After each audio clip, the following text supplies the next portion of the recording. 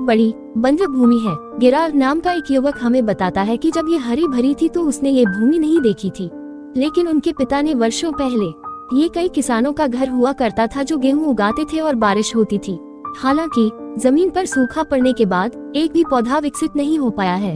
अधिकांश किसान वहां से चले गए, लेकिन जेरल्ड के पिता अर्नेस्ट को उम्मीद थी कि जमीन फिर से हरी भरी हो जाएगी। उनका अब भी मानना है कि इसे बस थोड़े से पानी की जरूरत है, लेकिन इस दुनिया में लोग पानी के लिए एक दूसरे को मार देते हैं। पहले दृश्य में हम देखते हैं कि दो माएं एक छोटे से घर की भट्टी को तोड़ने की कोशिश कर रही हैं और पहले वाले को मार डालती हैं। दूसरा लुटेरा उसे अपनी जान बख्श देने के लिए मनाने की कोशिश करता है, लेकिन जब वह चुपके से बंदूक निकाल लेता है तो वह मारा जाता है। उनके बेटे जेरेल का कहना है कि वह घर में उनकी मदद कर सकते थे। लुटेरे एक पुराने पानी के पंप को तोड़ रहे थे। जब अर्नेस्ट ने इसका उपयोग करने की कोशिश की तो उसने काम करना बंद कर दिया, क्योंकि पानी नहीं होने के कारण पिता और पुत्र खच्चर पर सवार होकर पानी की ओर जाने लगे। जो लोग ईमानदारी से काम करने वाली सरकार के माध्यम से गहरी इच्छा शक्ति से पानी निकालते हैं, वे उन लोगों के साथ पानी की आपूर्ति का आदान प्रदान करते हैं। वो वर्षों से उन्हें अपनी जमीन के एक छोटे से हिस्से पर खेती करने के लिए पानी उपलब्ध कराने के लिए मनाने की कोशिश कर रहा है। हालांकि जल पुरुष केवल उचित मात्रा में पैसे के लिए ऐसा करते हैं जिसे कलश वहन नहीं कर सकता। वहाँ से वापस लौटते समय खच्चर गिर जाता है और उसका पैर टूट जाता है। भट्टी अनिच्छा से जानवर को गोली मार देती है। जेरेल सिस्टर मैरी वापस घर आकर उनकी सेवा कर रही हैं। पानी की कमी के कारण हम मैरी को मिट्टी से बर्तन साफ करते हुए देखते हैं। अगले दिन जेरल्ड और अर्नेस्ट खच्चर के बदले में कुछ खरीदने के लिए सैम प्रेमियों के नीलामी घर में जाते हैं। वहाँ सिमुलेट शैडो नामक एक रोबोट वाहक मशीन उनकी नजरों को पकड़ती है। वत्सकफ प्रेमी नामक एक व्यक्ति के खिलाफ नीलामी जीतता है, जो सैम का बेटा भी होता है। फिल्म का अर्नेस्ट और गेराल्ड के साथ अज्ञात मैरी के साथ संबंध चल रहा है, जिसके बाद वह गेराल्ड की बीमार माँ से मिलने जाता है। कैथरीन घर वो पास के एक अस्पताल में रहती है, जहाँ वह एक विशेष फ्रेम में तार डालकर अच्छे से चल सकती है। चूंकि फ्रेम बहुत महंगा है, वे उसे घर नहीं ला सकते। जेरल्ड उस दिन अपनी माँ के साथ अपना समय बिताता है। अर्नेस्ट और कैथरीन अलविदा चुंबन करते हैं और वापस लौटते समय अलग हो जाते हैं। अर्नेस्ट और जेरल्ड गैस स्टेशन पर रुकते हैं। हम देखते हैं कि अर्नेस्ट ने अपने वाहन में पेट्रोल डालने के बाद उसे एक घूंट में भर लिया। एक जोड़े का सामना एक छोटे बच्चे से हुआ जो पानी मांग रहा था। पिता रॉबिन बच्चे को बेचना चाहता है क्योंकि वे उसकी देखभाल नहीं कर सकते, लेकिन अर्नेस्ट इसके खिलाफ सलाह देता है और उसे बताता है कि वह उन्हें पानी से मदद करेगा। रॉबी को कफ और मैरी के संबंध और घर में इसके प्रति अपमान के बारे में पता है। रेन इस मैरी से उसके बार बार बाहर निकलने के बारे में पूछती है, लेकिन वह दावा करती है कि यह उसकी आजादी है और अपने पिता से कहती है कि वह इससे नफरत करती है। वह भागने की कोशिश करती है, लेकिन गंभीरता से उसे अपने कमरे में बंद कर देती है और उसकी खिड़कियां बंद कर देती है। एक सुबह अर्नेस्ट और जारोन उठे तो उन्होंने उसे अपने जहाज से अनुपस्थित देखा। किसी ने इसे चुरा लिया था या बस यह मान लिया था कि यह फ्लेमिंग अपने घर गया था, लेकिन सैम से पता चला कि वह उस सुबह अर्नेस्ट पहाड़ों के लिए ट्रक के साथ रह गया था और उसे ढूंढने के लिए वाटरमैन के पास गया, लेकिन उन्होंने उसे बेहोश कर दिया। जब उसे होश आता है, रात हो चुकी है। वाटरमैन ने उस पर हमारी आपूर्ति चुराने का आरोप लगाया। अर्नेस्ट ने जोर देकर कहा कि उसने उन्हें चुराया नहीं, लेकिन उनके नेता कैलम ने हमला किया। वे कुछ देर तक लड़ते हैं, लेकिन अर्नेस्ट अपनी राइफल पर हाथ रखकर वहां से भागने में सफल हो जाता है। घर वापस जाते समय उसे सड़क पर पाप के साथ सोए हुए व्यक्ति का पता चलता है। ये स्पष्ट है कि उसने मशीन चुरा ली थी और वाटरमैन ने उस पर गंभीरता से हमला करते हुए उसे बंधक बना लिया और फिर उसे मशीन से बांध दिया। वह अपनी बेगुनाही साबित करने के लिए कफ को वाटरमैन के पास वापस ले जाना चाहता है। रास्ते में कफ मैरी के बारे में टिप्पणी करता है, जिससे वह बहुत क्रोधित हो जाती है। थोड़ी देर चलने के बाद दोनों को प्यास लगती है। कफ उसे वाटरमैन के पानी का उपयोग करने के लिए राजी करता है और बैठने के लिए कहता है। पानी पीने और बातचीत करने के लिए नीचे फ्लैकलैंड उसे समझाने की कोशिश करता है कि वह उसे जाने दे और वे पैसे साझा कर सकते हैं, लेकिन बयाना उसे पकड़ने पर अड़ा हुआ है। बयाना कमजोर और उदार है। वो स्पष्ट रूप से पानी तक 1 और मील तक नहीं चल सकता। कफ को ये पता है, इसलिए वह एक पत्थर से जोरदार हमला करता है, जिससे उसका सिर चट्टान से टकरा जाता है। उसके सिर से अनियंत्रित रूप से खून बहने लगता है और वह बेहोश हो जाता है, जिससे उसे कफ की बजाय जकड़न होने लगती है।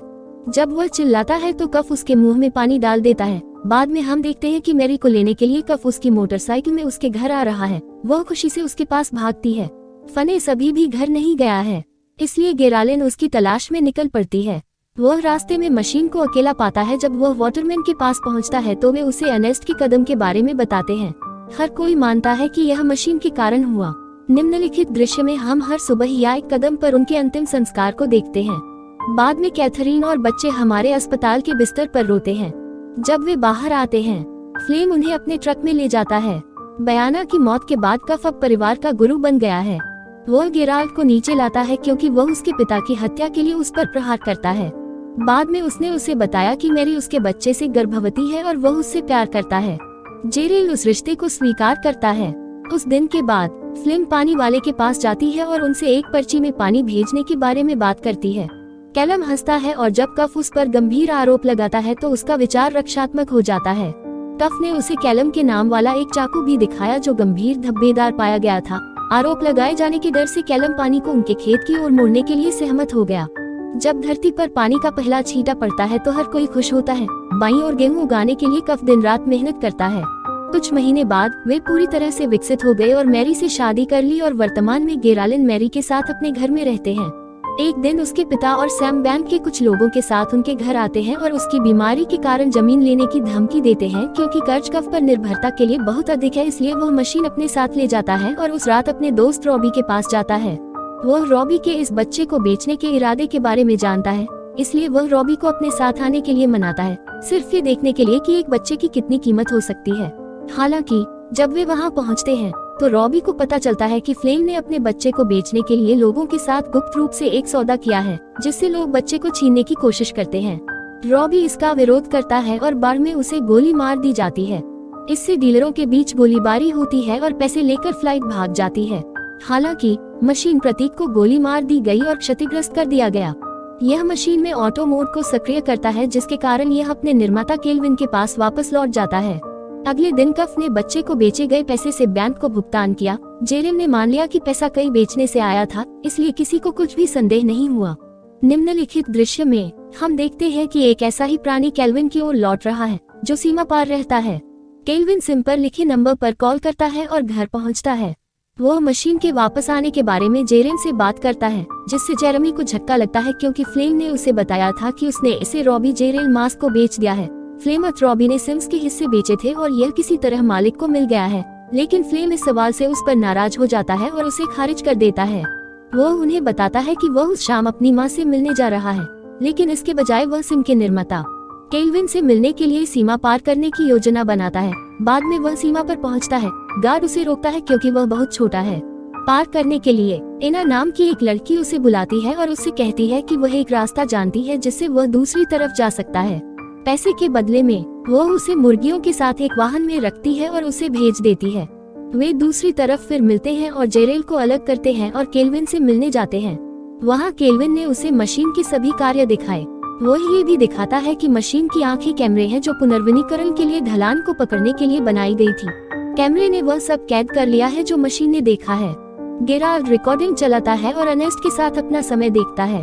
जैसे ही वह इससे गुजरता है, वह ये देखकर भयभीत हो जाता है कि फ्लेम ही वह व्यक्ति था जिसने अर्नेस्ट को उस दिन मार डाला था। जब अर्नेस्ट को होश आया तो कफ ने उसे मशीन से बांध दिया और कहा कि उसका गंतव्य पानी है। मशीन और ड्रैगन ने अर्नेस्ट को घायल कर दिया, लेकिन जीवित अर्नेस्ट की मौत हो गई।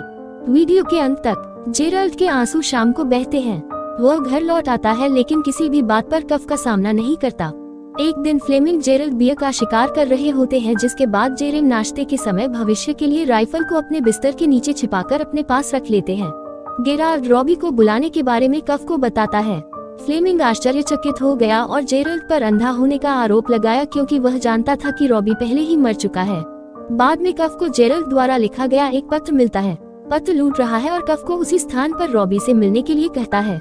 उसने उसे मार डाला है और वह इस बात से भ्रमित है, लेकिन बाद में रात में वही पता लगाने का फैसला करता है कि रॉबी अभी भी जीवित है या नहीं। कफ गर्भवती मैरी से कहता है कि उसे कुछ बेचने के लिए बाहर जाना है। मैरी उसे शुभकामनाएं देती है और उसे जल्द वापस आने के लिए कहती है। जब कफ उस स्थान पर पहुंच जाता है, वह रॉबी को बुलाता है। जैसे ही वह चलता है, वह एक पिन से गिर जाता है और उसके पैर टूट जाते हैं। वह झूठ बोलता है कि वे मदद के लिए पुकार रहे हैं। तभी जेरेल उसके सामने आता है और उसे वहां कफ देखकर राहत की सांस लेता है और उससे मदद मांगता है। हालांकि जेरेल हाथ में एक चट्टान लेकर वहीं खड़ा है। फ्लेम को एहसास होता है कि जो कुछ भी हुआ वह सब कुछ जानता है और ये दावा करते हुए उससे माफी मांगता है कि यह सिर्फ एक दुर्घटना थी। वह उसे मैरी और उनके बच्चे के लिए अपने जीवन से निराश कर देता है, लेकिन जेरेल नहीं सुनता। वह राइफल और कफ निकालता है और उसे गोली मार देता है। घटना को 2 दिन हो गए हैं। मैरी अपने पति को लेकर चिंतित है, लेकिन जेरेल उसे थोड़ा और इंतजार करने के लिए कहता है। उन्होंने मैरी को कलाकारों और प्रवाह दोनों के बारे में अंधेरे में रखने का फैसला किया है। मैरी का सुझाव है कि वे अपनी मां को घर ले आएं, क्योंकि अब उनके पास उस धांधली प्रणाली का खर्च उठाने के लिए पैसे हैं जिसमें वह रहती है। अंत में जेराल्ड साधारण फिल्मों से सभी वीडियो मेमोरी मिटा देता है। देखने के लिए धन्यवाद।